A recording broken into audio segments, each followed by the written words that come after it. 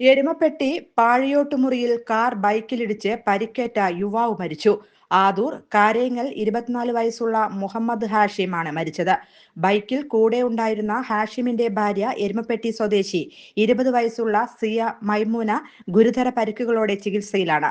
ഇന്നലെ ഉച്ചതിരിഞ്ഞ് 4 മണിയോടെ കുന്നംകുളം വടക്കാഞ്ചേരി സംസ്ഥാന പാതയിൽ പാഴിയോട്ടുമുറി പാത്രമംഗലം റോഡിന് സമീപമാണ് അപകടമുണ്ടായത്. വടക്കാഞ്ചേരി ഭാഗത്തുനിന്ന് അമിതവേഗത്തിൽ വന്നിരുന്ന കാർ നിയന്ത്രണം വിട്ട് എതിർദിശയിലേക്ക് സഞ്ചരിച്ച് എതിരെ വന്നിരുന്ന ബൈക്കിലിടിക്കുകയായിരുന്നു. ഇടിയുടെ ആഘാതത്തിൽ ദമ്പതികൾ അകലേക്ക് തെറിച്ചു വീണു. തുടയെല്ല് തകർന്ന ഹാഷിം തൃശൂർ എലൈറ്റ് ആശുപത്രിയിൽ ചികിത്സയിലിരിക്കെ ഇന്ന് പുലർച്ചെ 2:30 മരിക്കുകയായിരുന്നു. ഹാഷിമിന്റെ കാൽ ശസ്ത്രക്രിയയിലൂടെ മുറിച്ചു മാറ്റിയിരുന്നു. സിയ മൈമൂനയുടെ കൈകാലുകളുടെ എല്ലുകൾക്കും ഇടുപ്പെല്ലിനും പൊട്ടൽ സംഭവിച്ചിട്ടുണ്ട്. അങ്കമാലി അപ്പോളോ ആശുപത്രിയിൽ അടിയന്തര ശസ്ത്രക്രിയയ്ക്ക് വിധേയമാക്കി. 2 വർഷം മുൻപാണ് ഇവരുടെ വിവാഹം കഴിഞ്ഞത്. എരുമപ്പെട്ടിയിലെ ഭാര്യ വീട്ടിലേക്ക് വരുന്നതിനിടയിലാണ് അപകടത്തിൽപ്പെട്ടത്.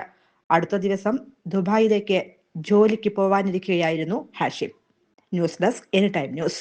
ജോൺസൺ ഓപ്റ്റിക്കൽസിൽ തിങ്കൾ, ബുധൻ, വെള്ളി ദിവസങ്ങളിൽ രാവിലെ 10 മുതൽ ഉച്ചയ്ക്ക് 1 മണി വരെ കണ്ണു ഡോക്ടറുടെ സേവനം ലഭ്യമാണ്. എല്ലാ ബ്രാൻഡഡ് ഫ്രെയിമുകളും ഇവിടെ ലഭ്യമാണ്.